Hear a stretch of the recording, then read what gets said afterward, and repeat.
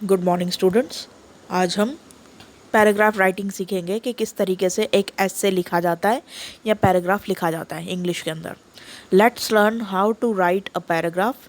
Brainstorm first है यहाँ पे। ब्रेनस्टॉर्म मतलब अपने दिमाग से किसी टॉपिक के बारे में सोचना। मान लो कि आपको कोई टॉपिक दिया हुआ है, जैसे द ट्रीज़ के ऊपर लिखना है ऐसे, या इम्पोर्टेंस ऑफ ट्रीज़, या इम्पोर्टेंस ऑफ एनीथिंग। तो जो भी आपका टॉपिक है उसके बारे में सोचना। तो सबसे पहले ब्रेन स्टॉर्मिंग आपको करनी होती है, अपने थॉट्स उसके बारे में सोचना होता है और प्लान बनाना होता है कि किस तरीके से आपको फर्स्ट लाइन लिखनी है, सेकंड लाइन लिखनी है, तो इसके बारे में। ठीक है, तो यहाँ पे right everything you know about the topic on a rough sheet at one place. आप एक रफ शीट लो और उसके ऊपर अपने सारे जो उस टॉपिक से रिलेटेड जो थॉट्स हैं उनको उतार लो। ठीक है। सेकंड है opening sentence. Opening opening sentence tells what you are writing about. और ओपनिंग सेंटेंस मतलब सबसे पहला जो सेंटेंस होगा वो आप ये इंट्रोड्यूस कराते हुए लिखोगे कि आप किस टॉपिक पे लिख रहे हो। ठीक है, तो जैसे फर्स्ट लाइन होती है, trees are the most important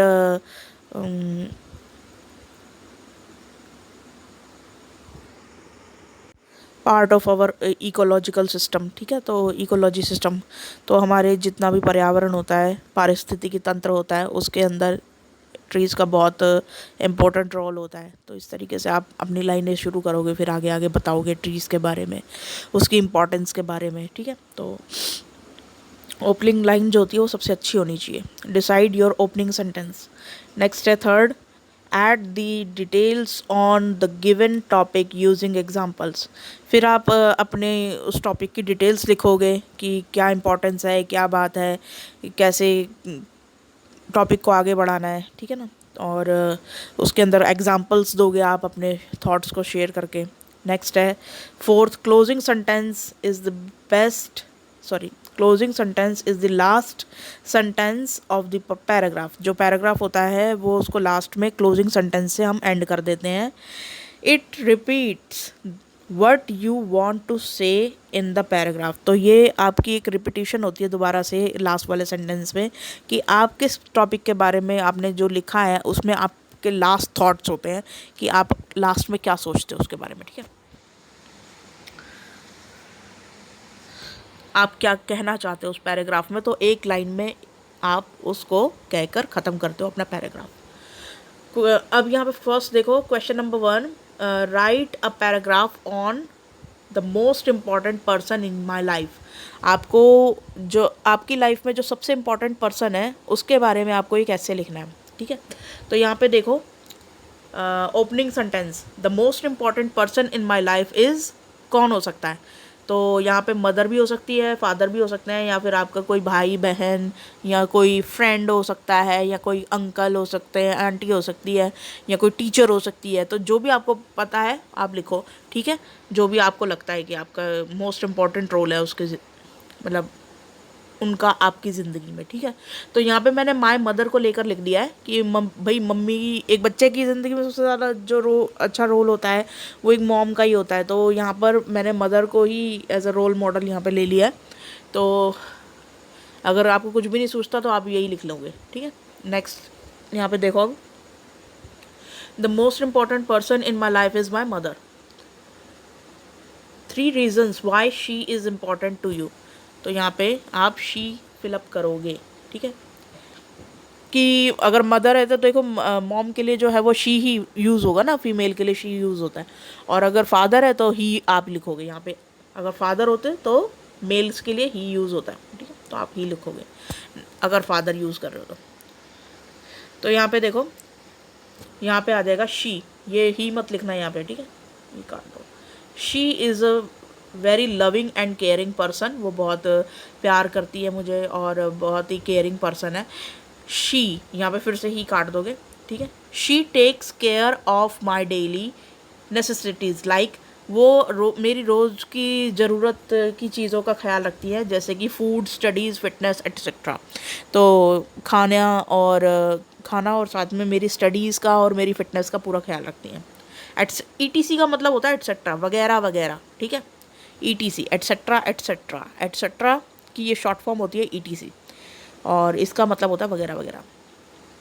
तो यहाँ पे फिर से आप ही काट दोगे। नेक्स्ट है शी गाइड्स, या तो गाइड्स लिख देना या हेल्प्स लिख देना, ठीक है।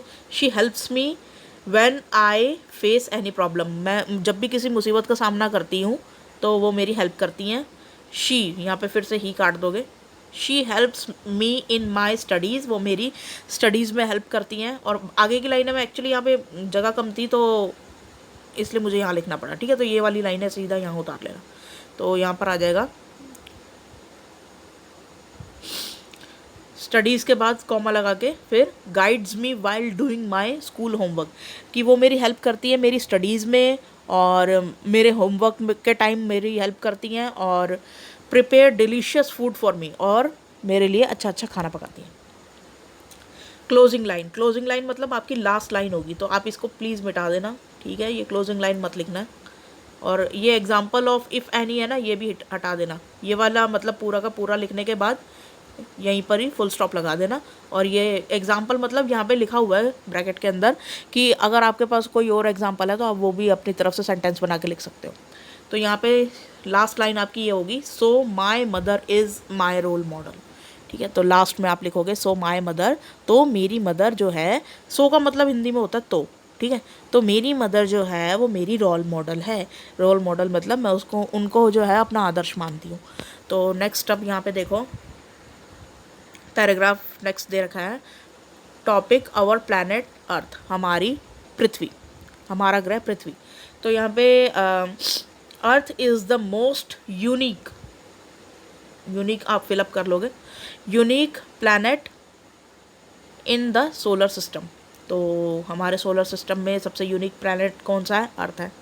It is special because it is the only planet, यहाँ पे प्लैनेट फिर से आप यहाँ पे फिलअप कर लोगे, ठीक है। तो प्लैनेट लिखोगे, स्टार मत लिखना, प्लैनेट लिखना।